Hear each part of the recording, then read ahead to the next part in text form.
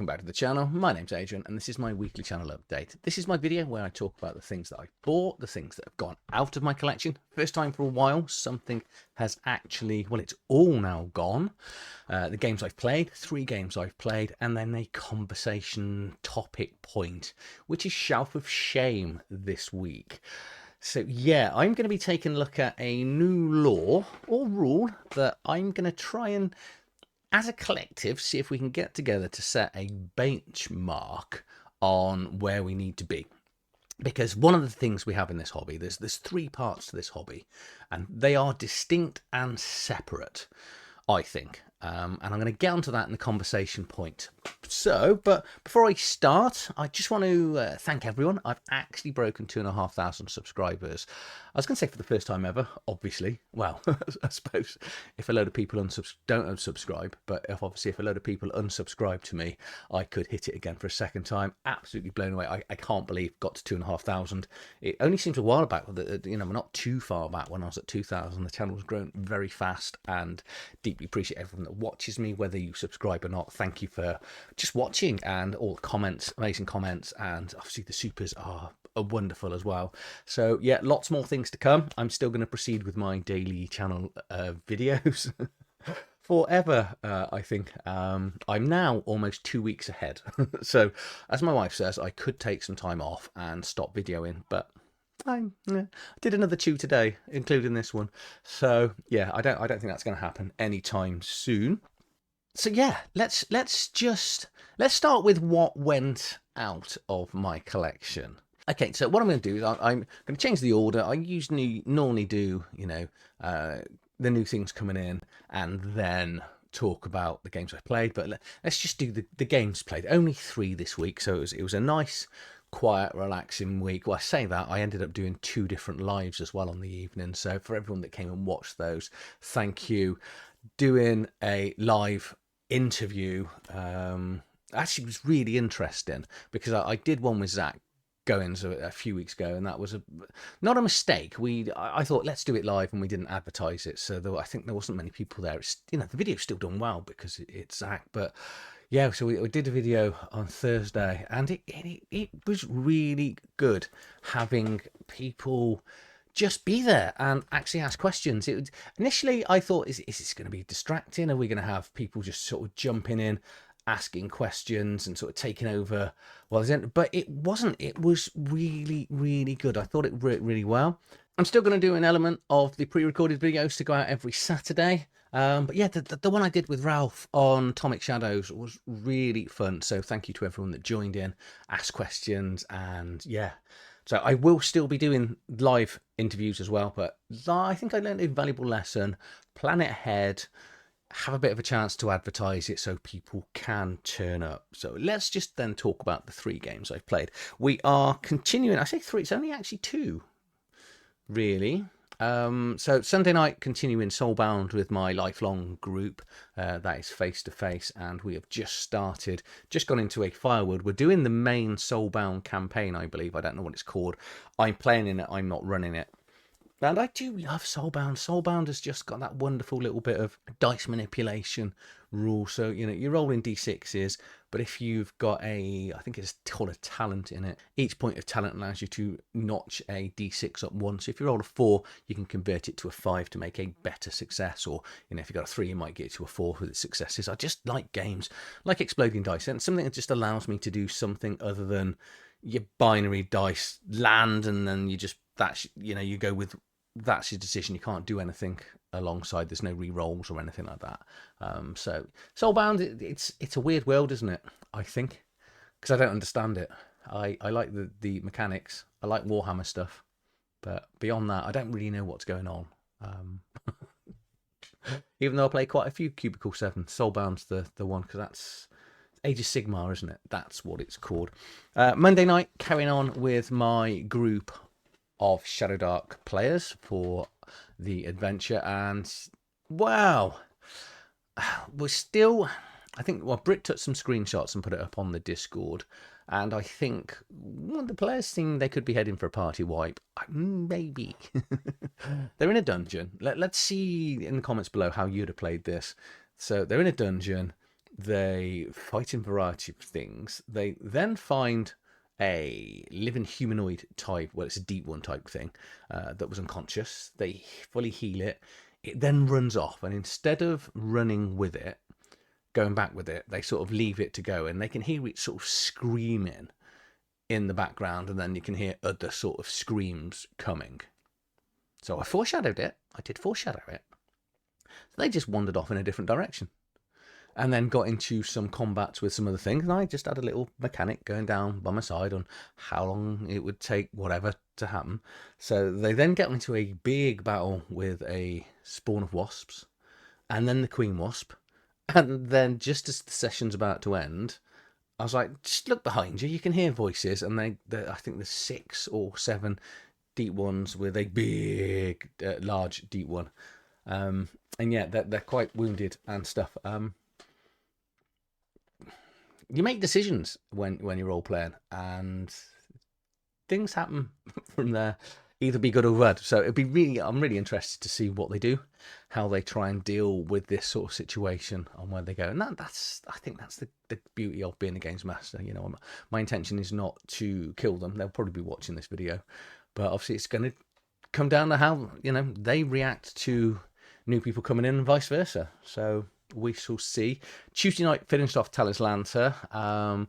That was a tough one, because I've talked about Talislanta a lot on this channel, and it was one of my favourite fantasy games. I haven't played it, in all honesty, since I was at college or university, so it's a good 30 years since we played Talislanta, and I had incredibly fond memories of Talislanta, as did everyone in the group. But sadly, we got to the end and none of us really enjoyed it. And I think the problem wasn't the campaign, it's just more, we've moved on, game systems have got a lot better, a lot tighter, and it works better. Because one of the problems Talislanta, you roll a d20 and you add your skill to it. And as a general, if you get 20 or more, you get a critical success. So if you got skills to 15, there's no natural 1 mechanic, there's no natural 20 mechanic.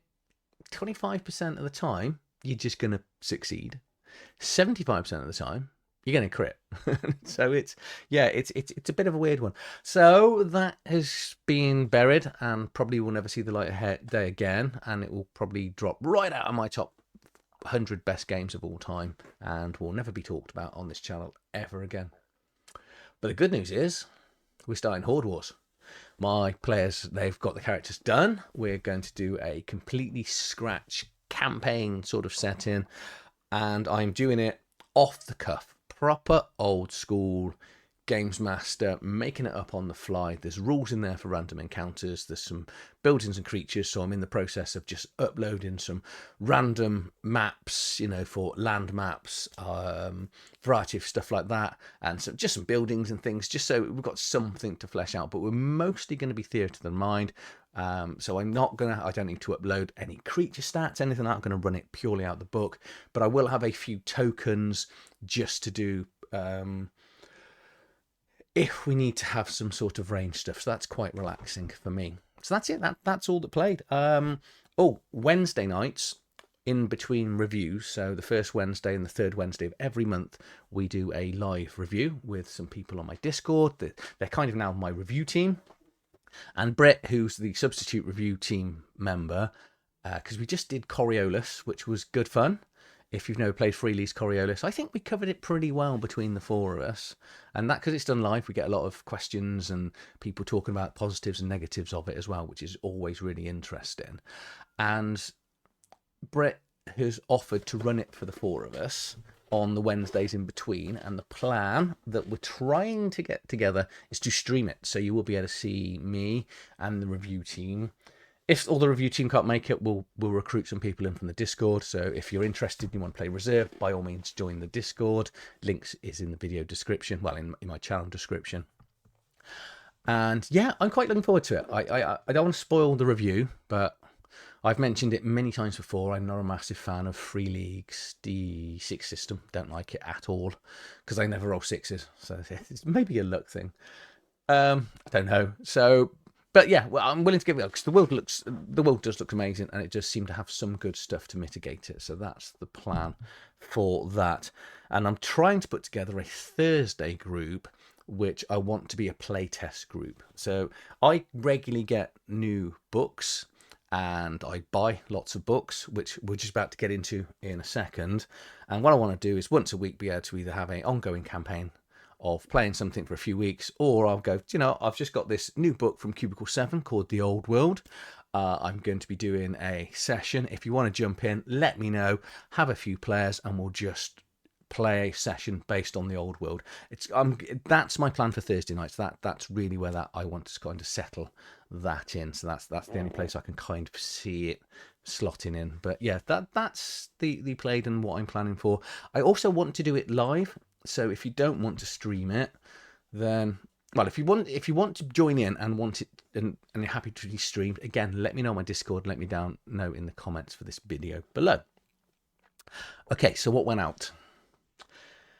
This was a sad one for me, and it's been one of my long time favourite games, and I have mentioned it on this channel before, so there's probably no surprise, and that is the whole of Pathfinder has gone and will never come back into my collection again. Now, I'm not saying I'll never play it, but my collection and everything behind me, and predominantly, everything behind me, physical copies, are things I've ran, I enjoy running, or I intend to run at some stage.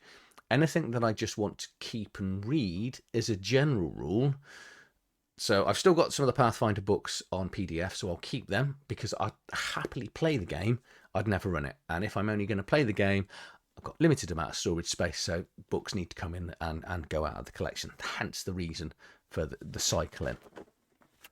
So sadly, don't give me hate. So I just find it incredibly difficult and heavy to play as a games master and to run. Because I think I've talked about this before, if I was still at college or university and I had all day to talk about with all my friends that we were playing games, you can keep on top of the rules and everything else.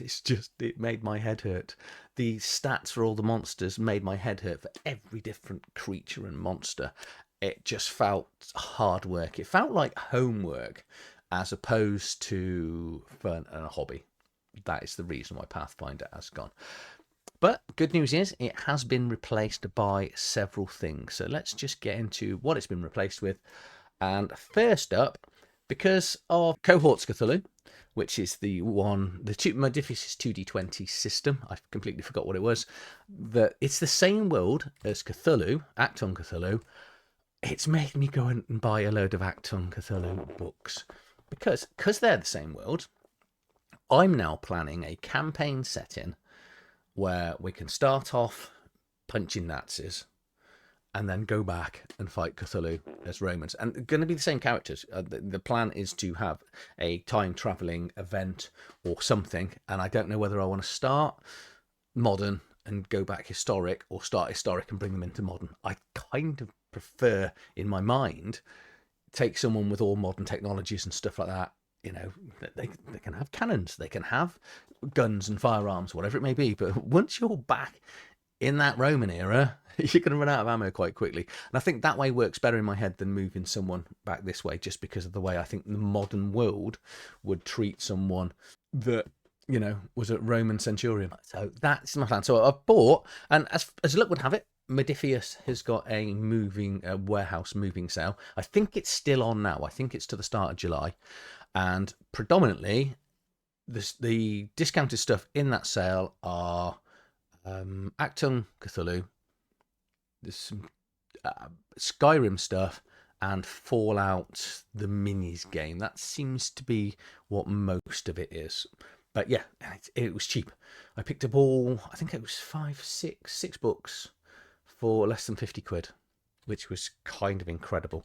And one of those is the limited edition, sort of £70 leather-bound Player's Guide and Dungeons Master's Guide. But here's the Player's Guide. So I've got Volume 1 here, Player's Guide. Volume 2, Dungeons Master's Guide.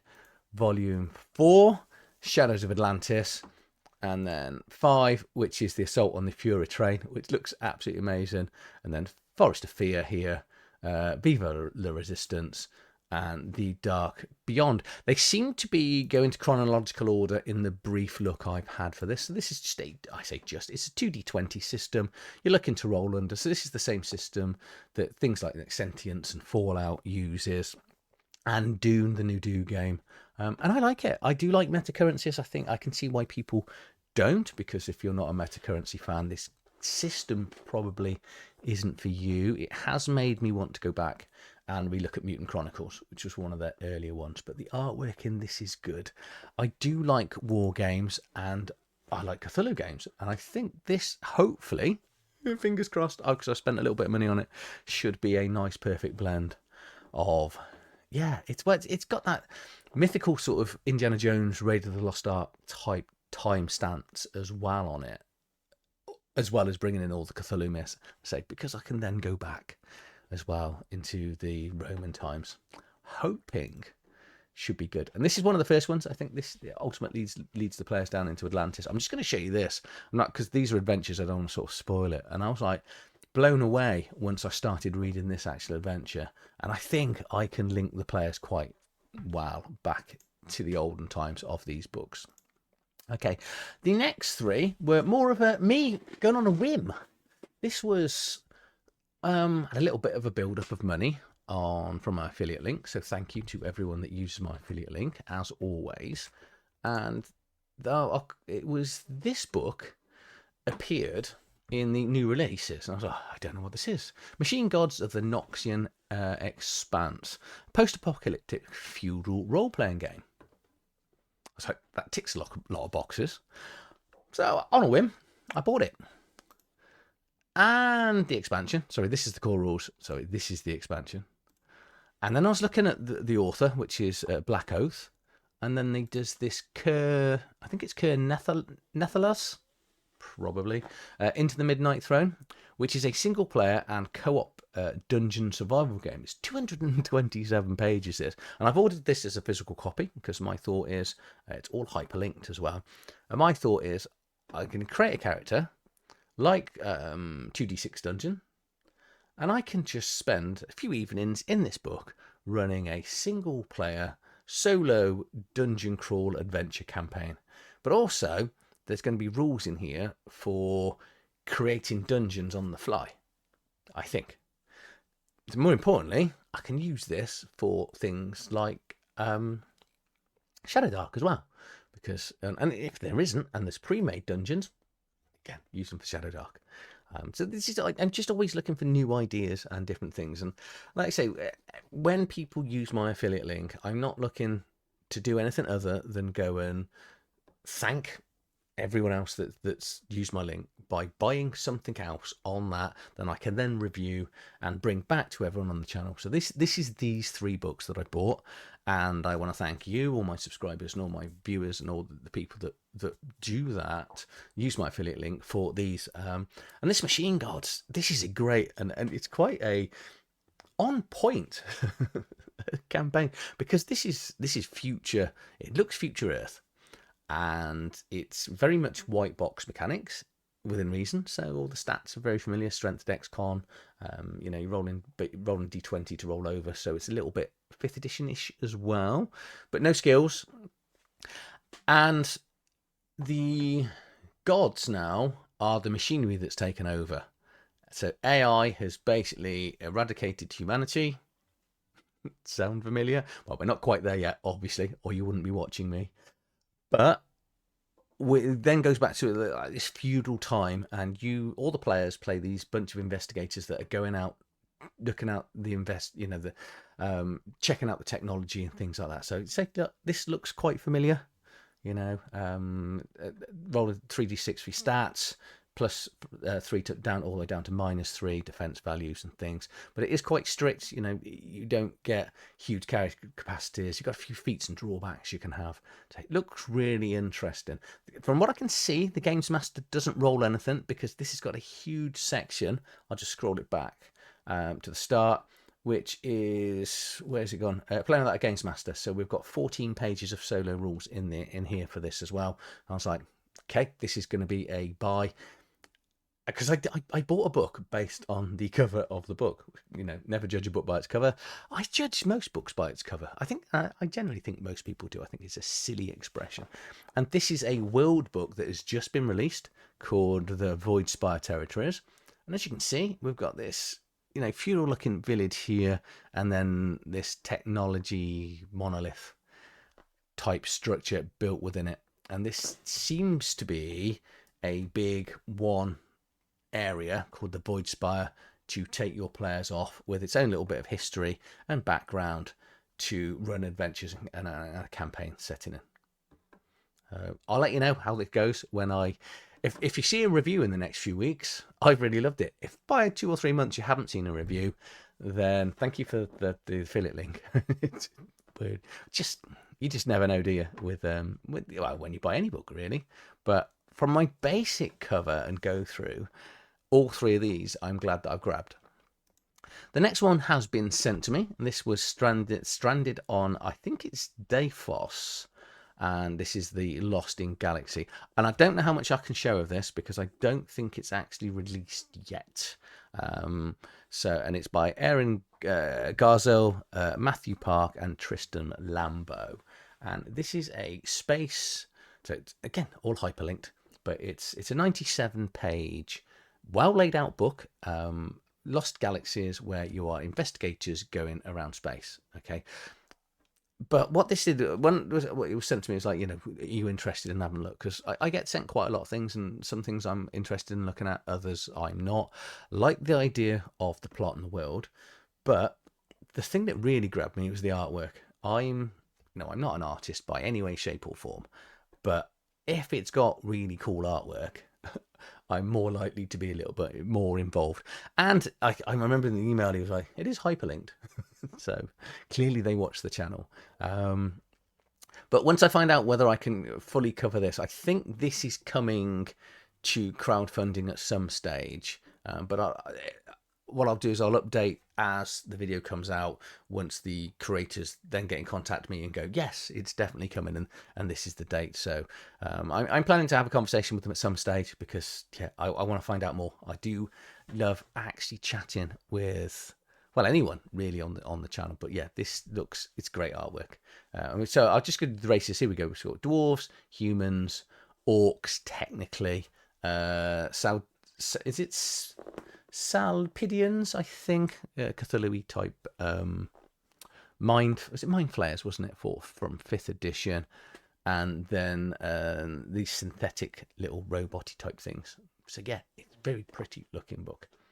Next up, you'll have seen the video for this, because you can't have avoided this. I've never had a video do, I think it's nearly 5,000 views in just over 48 hours. This video has actually exploded. It's something that I didn't know was coming at the start of the year, and I was incredibly excited for.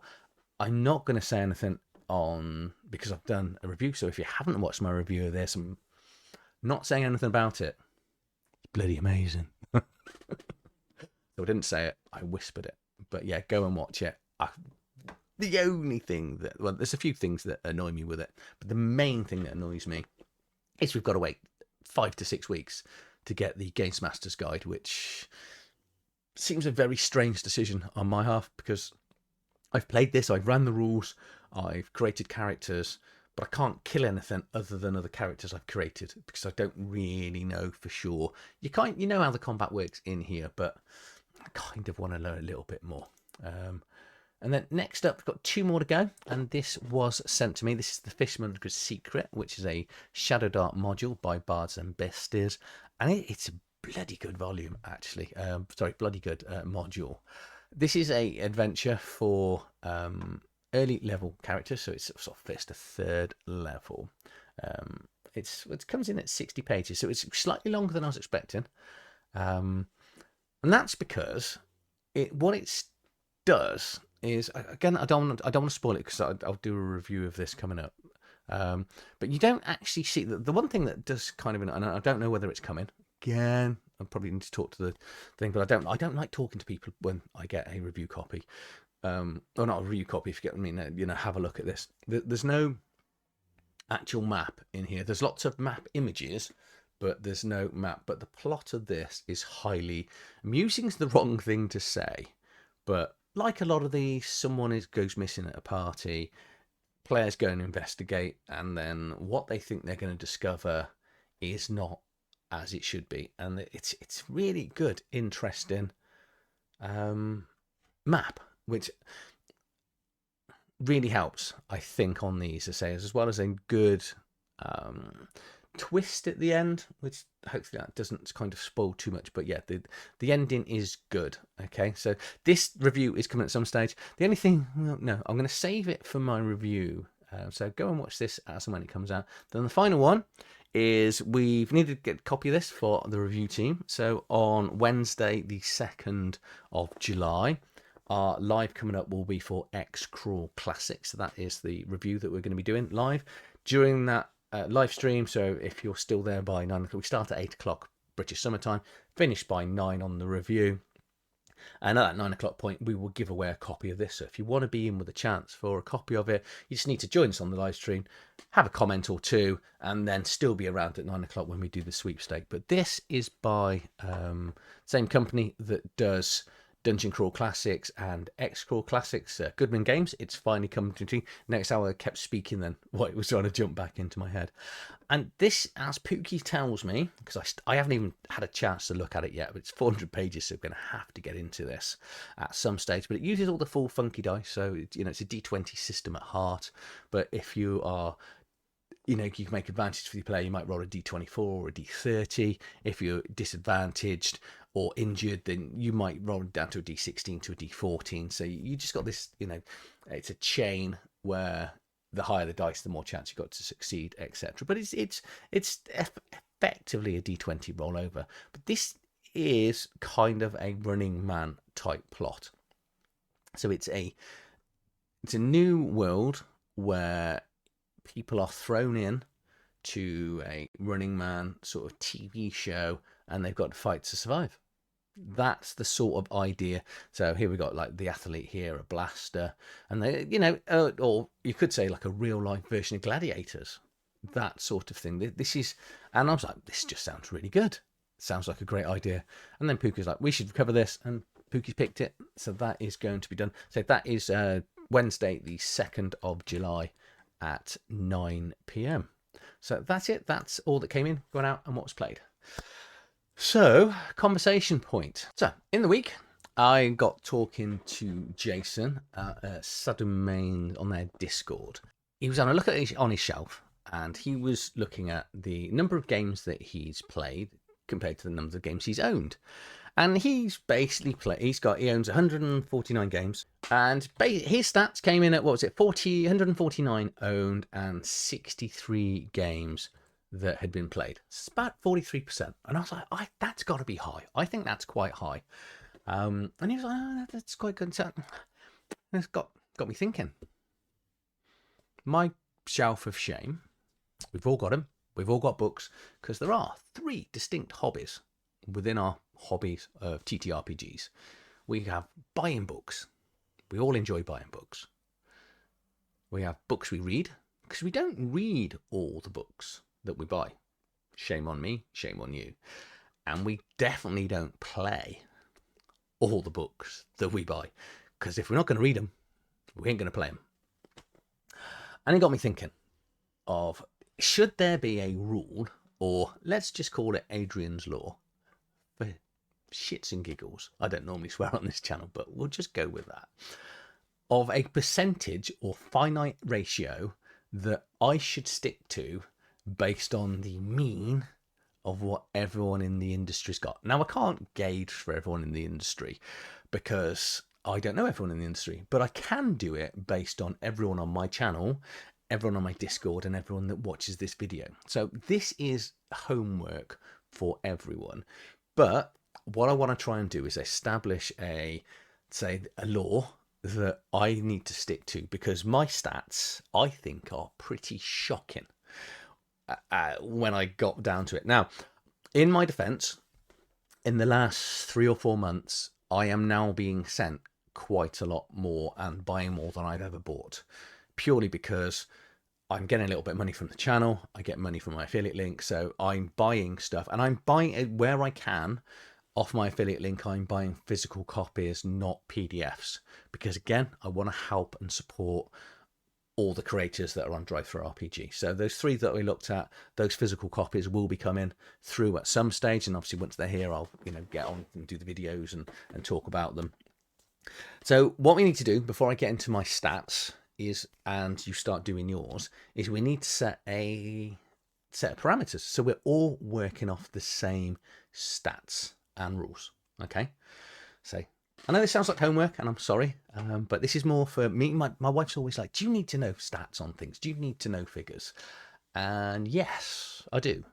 We can be heading to bed and someone will say something on the internet, and I need to go and check whether that's right and have a look and do some research into it. And she'll just go to bed by herself. So to avoid that, from 10 o'clock at night now, when everything goes off in, like, I always come out of my office. I don't work after 10 o'clock at night. I don't do anything to do with YouTube or anything like that. I come out, we sit and we have an hour together on the TV, and that's it. And I don't look at anything to do with anything because I need to shut my brain off. But so the rules are, because I've got a considerably more books on PDF than I have physical copies, but I'm not concerned about that for my lore. I'm sure we can come up with a better name than Adrian's lore. So if you think of a better one that isn't after your name either, then we'll consider it. But you must own a physical copy of the book. So what we need to do is we need to work out how many you own, how many you've read, and then how many you've played, and what constitutes each. Okay, so the how many you own is easy. It is just how many physical copies you own, be that core rulebook, an expansion module, or an adventure, or even a little zine, whatever it may be. Those are what you own. Okay, so mine, I own, on all the shelves behind, 304 books and zines. That's the culmination of everything you can see behind you. 304 books. So I now need to look at what I have read. Now, reading it is quite simple. I must have read it. Okay, I can also, and I'm going to include, because you'll see some of the books behind me are still sealed, because I do like it when a company sends me a completely sealed book, because you don't get shrink wrap books very often. Now, if you've read it on PDF, put a tick, you can count that in, because you've read the book. Okay, but we're looking at physical things owned and things you've actually read, and I want to include things you've read on PDF, because I read a lot of things on PDF, and then I physically read books when I tend to run them, if that makes sense. But because of the way I'm pointing at my iPad, because that's the way I work, because that's where it is. My iPad's over there, and obviously that's got, I think, a few thousand things on it. And if it then gets towards the top of the list on things I'm going to read, I'll then either get the physical copy or take the physical copy off the shelf, and then I'll start reading it again from a physical copy. Because when I'm running it, I want the physical copy on my desk with me. The one thing that still annoys me is Shadowdark, because I don't have a physical copy of the book because of living in the United Kingdom reasons. So that is your reading part. Now, my reading compared to it, and I'll show you the graph right at the end, and I think hence the reason my shelf of shame. Of the 304 books I own, I have read 123 of them. Now that does obviously again include expansions and anything else, but that's 40%. So I'm already down below the bar of Jason on he's played 43%, because I can't have played more books than I've read. That's impossible. So played is, you must have played it. Nice and simple-ish. But there's a couple of sort of little caveats in here. So you must, if it's a core rule book, it's obvious you've played it. Okay. If it's an adventure book, it's obvious you've played it. If it's an expansion, you could have read it. How do you know whether you've played it? And my best use of the rule is, if you've used something from that expansion, you count it as played. Be it a character class, a table, some expansions will have madness rules, some characters will have, say, a specific character or a feat or something like that. Because if you think of you know, here, the World of Darkness books, they have a variety of books with different feats in. If I've ever used a feat out of any of those, that's counted. And even with that large spread, I'm down to 60 books that I've actually played on my shelf, which is a rather embarrassing 20%. I'm going to show you this now. And this is my incredibly amateur graph, because I'm great at Excel. Computers aren't my strength.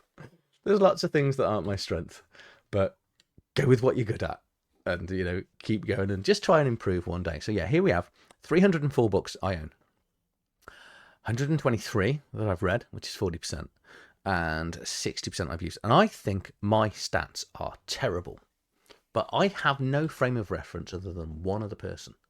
So my challenge to everybody that watches this video, subscribes to my channel, it has me on Discord, because I'm going to share this as well on there.